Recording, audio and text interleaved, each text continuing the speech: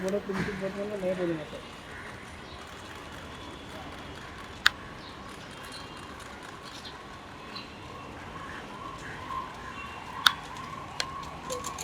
आ जाओ, बहुत इंतजार कर रहा हूँ। आगे मत जाओ कोई। वहीं पे ले लो, ले लो। पार्टी पार्टी पूरे लेकर जाओ। ये पार्टी है।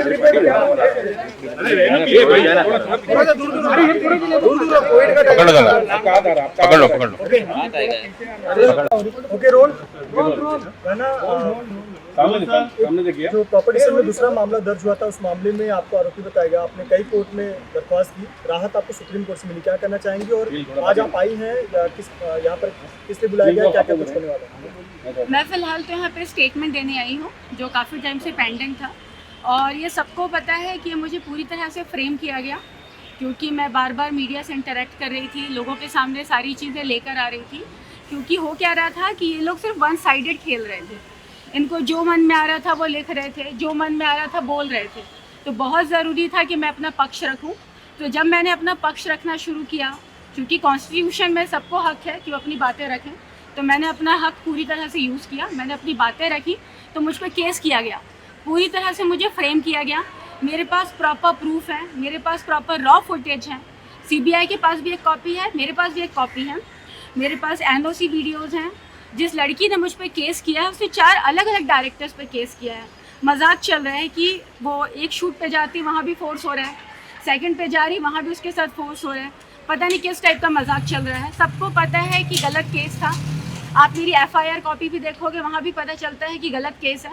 इसके बावजूद केस को बढ़ाया गया, बट फाइनली मैं बहुत थैंकफुल हूँ सुप्रीम कोर्ट की कि उन्होंने मुझे रिलीफ दिया है। अभी मैं इंटरिम बेल पर हूँ और बहुत जल्दी मुझे एंटिसिपेटरी बेल मिल जाए, मैं यही उम्मीद करती हूँ। इस मामले में राज कुंद्रा अभी 3 दिनों पहले जेल से बाहर आए। जब वो जेल गए थे, तब आपने उनका सपोर्ट किया था कि जो मूवी है उसको इरोटिका बताया था। अभी किस तरह से आपका बयान होगा? वो जेल से बाहर आए हैं जमानत पर 64 दिनों बाद। देखो, अभी मैं राज कुंद्रा पे कोई कमेंट पास नहीं करना चाहूँगी, लेकिन मैं ये ज़रूर कहूँगी कि जो भी फिल्में हम लोगों ने बनाई हैं, सारी फिल्में एरोटिक हैं, बोल्ड हैं। कोई भी फिल्म पॉर्न की कैटेगरी में नहीं आती है। किसी भी फिल्म में ऐसी कोई भी एक्टिविटी नहीं हुई है जिसे आप पॉर्न कह सकें।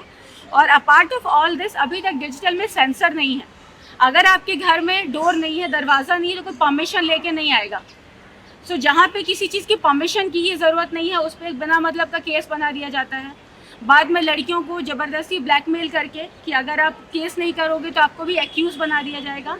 तो बेटर आप विक्टिम बन जाओ, उन्हें फोर्स करके केस करवा दिया जाता है। सो ये सारी तरह से गंदगी फैलाई जा रही है। और मैं अभी भी यही कहूँगी कि पहले भी मैं यही कह रही थी कि फिल्में एरोटिक हैं, बोल्ड हैं। कोई भी फिल्म पॉर्न की कैटेगरी में आती ही नहीं है। उन्हें बार बार पॉर्न कह देना, गलत तरीके से चीज़ों को फ्रेम कर देने से चीज़ें नहीं बन जाती जो आप कहते हो। सच सच ही रहेगा। और मेरे पास हर चीज़ का रॉ फुटेज है, मेरे पास हर चीज़ का प्रूफ है। प्रॉब्लम ये है कि ये प्रूफ मैं तब दिखा सकती हूँ जब केस खुलेगा। अभी तो फ़िलहाल जो लड़ाई चल रही है वो सिर्फ इस चीज़ की लड़ाई है कि इन्हें मुझे जेसी में रखना है या पीसी में रखना है। पहले ये सॉर्ट आउट हो जाए, तो जब मेरा केस खोलेगा तब ऑटोमेटिकली सबके सामने सच आ जाएगा कि किस तरीके से मुझे फ्रेम किया गया, किस तरीके से मुझे फंसाया गया।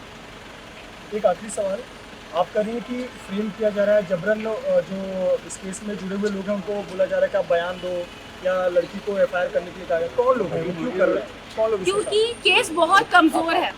जब आप कोई केस बना लेते हो, आपको भी जवाब देना पड़ता है कि आपने केस क्यों बनाया है, क्योंकि आप भी किसी न किसी को आंसरेबल होते हो। आपके हिसाब से कॉन्स्टिट्यूशन नहीं चलता। तो जब आपको पता होता है कि आप कमज़ोर हैं, तो आपको 1-2 कड़ियाँ और जोड़नी पड़ती हैं। कहते हैं ना, अगर रस्सी कमज़ोर है तो गठान लगानी पड़ती है। तो वही चल रहा है यहाँ पे। इन्हें पता है कि पॉर्न का कोई केस ही नहीं बनता, क्योंकि अभी तक डिजिटल पे सेंसर नहीं आया है। तो लड़कियों को ज़बरदस्ती प्रेशर देकर ये कहा जाए कि फोर्स करके शूट करवाया गया है, जो कि कभी नहीं हुआ। और मैं एक और बात कहना चाहूँगी, जो लड़कियाँ ये अभी केस करके बहुत खुश है ना कि हमने केस तो कर दिया, हमारी जीत हो गई, मैं बाकायदा जहाँ तक मैं लड़ सकूँगी मैं वहाँ तक लड़ूंगी।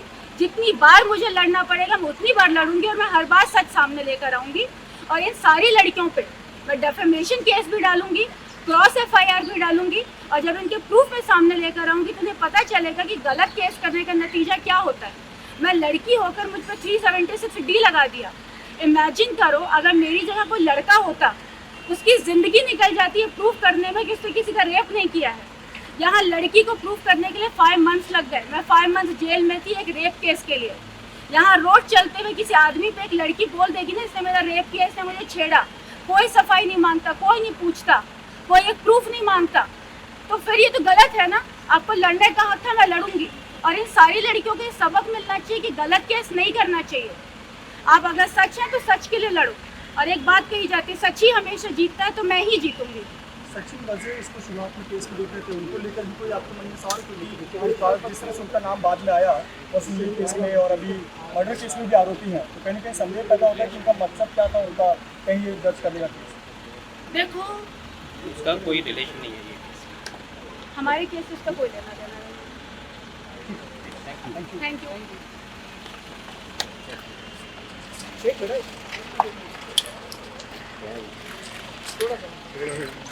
थोड़ा सा